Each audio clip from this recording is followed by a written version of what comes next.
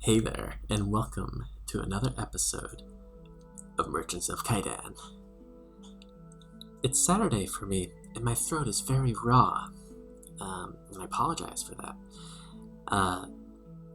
But one thing I want to do today is just make a ton of Merchants of Kaidan money. So it's my intent during this session to play for about 2 hours. And I don't want to make a bunch of episodes just because pre-recording too much is I don't like it when other YouTubers do it. And so this episode will feature lots of time-lapse, and one of my objectives is to try to get this game closer to a close.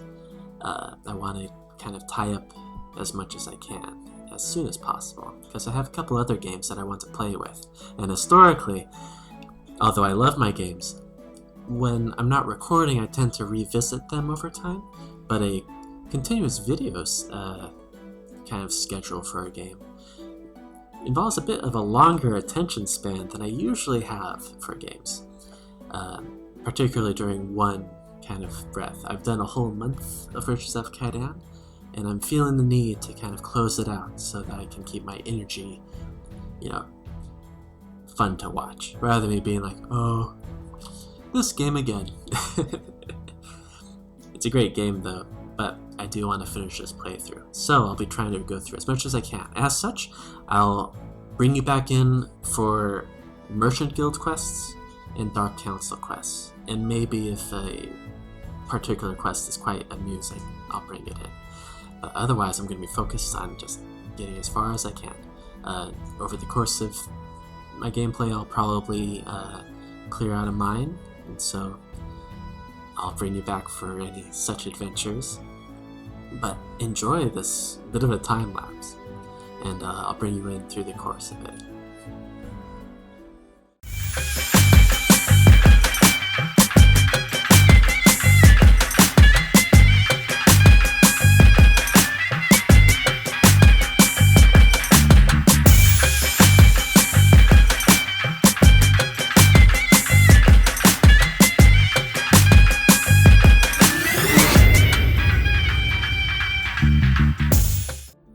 Alright, I've made enough money to get our next Merchant's Guild quest. Well, our guild can help you obtain the highest nobleman title, which can be given regardless of birth.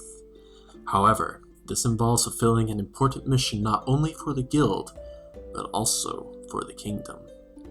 Go to the court here in the capital. I have made an appointment for you with Chancellor Beauchelet, who will pass you on further details. Ooh. Chancellor Beauchelet.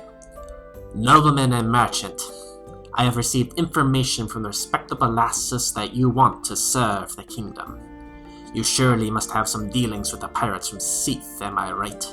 Do not deny it. A merchant of your standing must know how to settle matters even with them. Otherwise, you would not have got so high. Unofficially, I'll tell you that the pirates are not so independent of the crown as the simple folk may think. The crown, let's say, tolerates pirates, as long as they keep some boundaries in their conduct. One of them, however, has crossed the line. The crown does not want to get involved in a costly war against Terra. We'd prefer to settle it quietly. My man in Seath confirmed that the Pirate King agrees to this plot, because he also knows that one of his men has crossed the line. Here's the Vararg Scepter, which disappeared in mysterious circumstances from the palace in Narheim. Take a boat to Seath and buy 100 pieces of jewelry from the pirate Clemenson at the pirate market. It is known that he got it from a robbery. My men and the Pirate King's men will claim that the scepter was among the pieces you bought. The pirates are ordered not to rob the ships of Imperial officials, as everyone knows that the Imperial fleet, aided by a group of sorcerers, would destroy the pirate island in no time at all. Clemenson will be thrown off the execution rock into the ocean, and we will have no more trouble with the defiant pirate. Pass the scepter to the Pirate King. He will make sure it goes back to where it belongs. Intrigue. Intrigue, intrigue. Alright, off to Siege I go. I'll let you know what happens there.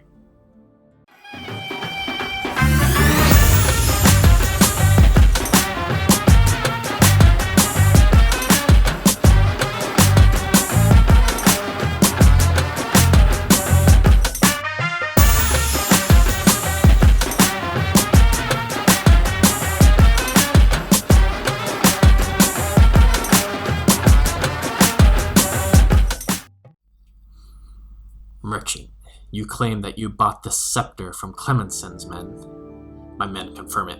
Has anyone else seen it? How about you, captain of the airship? Then it is the truth indeed. Guards, arrest Clemenson! For risking the safety of the whole island, Clemenson, tomorrow at dawn you'll be thrown off the execution rock. Merchant, I am confiscating the scepter and I will pay you 2,000 trigons compensation for it. Nobody here bears a grudge against you. On the contrary, we are grateful for your participation in the exposure of the traitor. Good luck. Nice. Excellent. Excellent. Wayne's World. Excellent. Alright.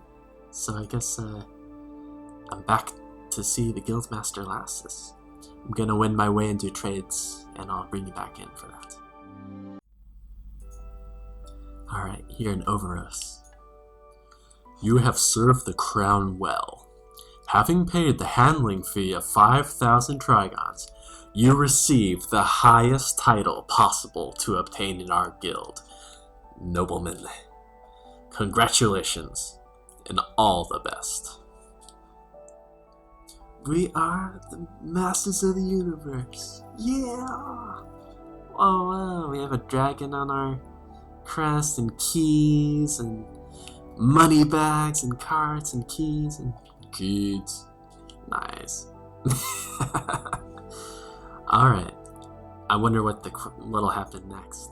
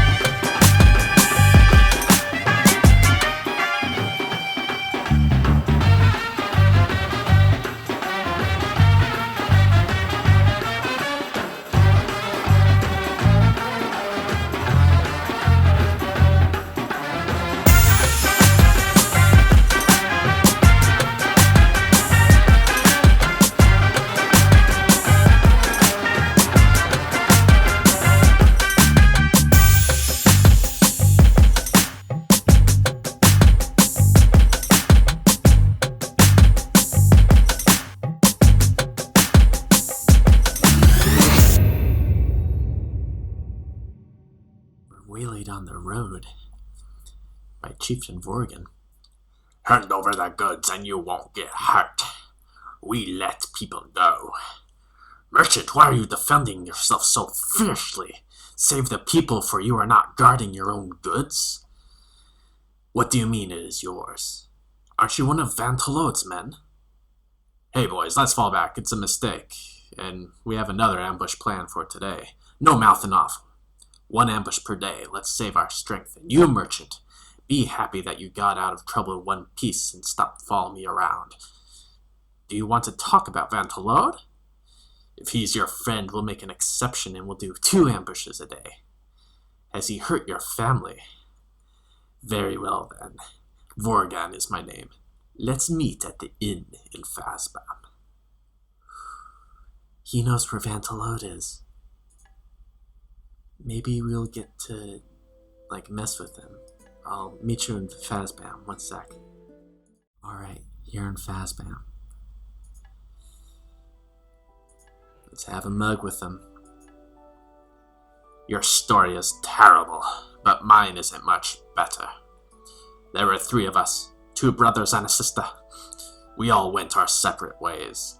I was always drawn to the bad side, so I joined a gang of bandits. My brother had a knack for counting. Our poor father didn't have money for schools, but my brother was spotted by a priest in a monastic school where there were classes for those who wanted to learn to read, and he worked so diligently that he started to keep the monastery books. My sister was of great beauty, always full of goodness and optimism. My dad has this idea to send her to town to try her luck there, so he sent her to her cousins in Overos. She got a job as a roommate's assistant, and as she was hardworking and pretty, she did well for herself very quickly. She ended up in the court with the countess, and it was there where the wretch saw her hold me before I'd lose my mind, MacLeod. He had his eye on her, and he talked the countess into giving my sister to him. Then, she simply vanished. No one saw her again. My brother nearly went crazy with despair.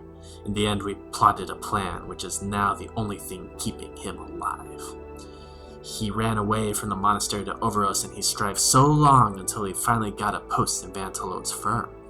And as he was incredibly talented, with time he got involved in organizing the passage of cargoes, so when there is a shipment of goods anywhere near where my gang operates, I know about it in advance. What are you saying? Alright, even though life has taught me not to believe anyone, when you were telling the tale of your family, I saw this spark, this vigorous madness and lust for revenge seeping from your gaze.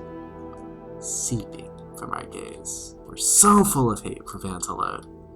I know this look too well, and I know that one cannot fake it. I will trust you, merchant. Go to Rokta and show the symbol in the inn. My brother will meet you there. Ooh. Hire some mercenaries, just in case. Oh, stuff is real. We're a proper nobleman. We're over 3 million, 4 million, including our partners in wealth. Our head is bald, and we are grim, determined to take out MacLeod. So, with all speed, we will go to Rokta. One moment. Here in Rochte. Okay.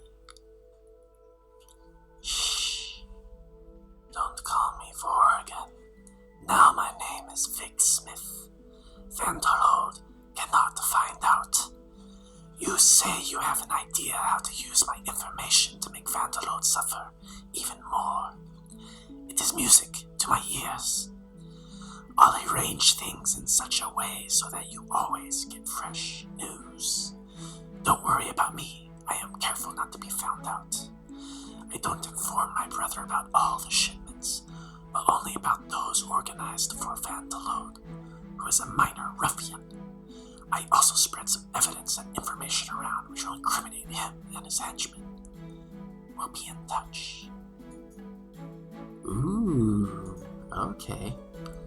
A bandit attack to which you fell victim was the most peculiar robbery you have ever experienced. It ended in apologies. It turned out that the chieftain of the gang, the so-called Vorgan, specializes entirely in robbing MacLeod's caravans, and he attacked you by mistake. After a lengthy chat, he confessed that his brother is undercover inside MacLeod's organization, and he supplies precise information about the movement of his caravans. You met the mole called Vic, and he promised that such information can be passed to you as well. Ooh, it's feeling close. So, I'm going to call the episode there, with the hopes that soon we will find the exact whereabouts of MacLeod and find a way to get back at him for the destruction of our family and all of our reputation. And that no matter what he does, the family of Dick Helene can rise back up to the noble cast with no problems at all. Rah, MacLeod! So, thanks for watching this particularly long episode of Merchants of Kaidan. Peace.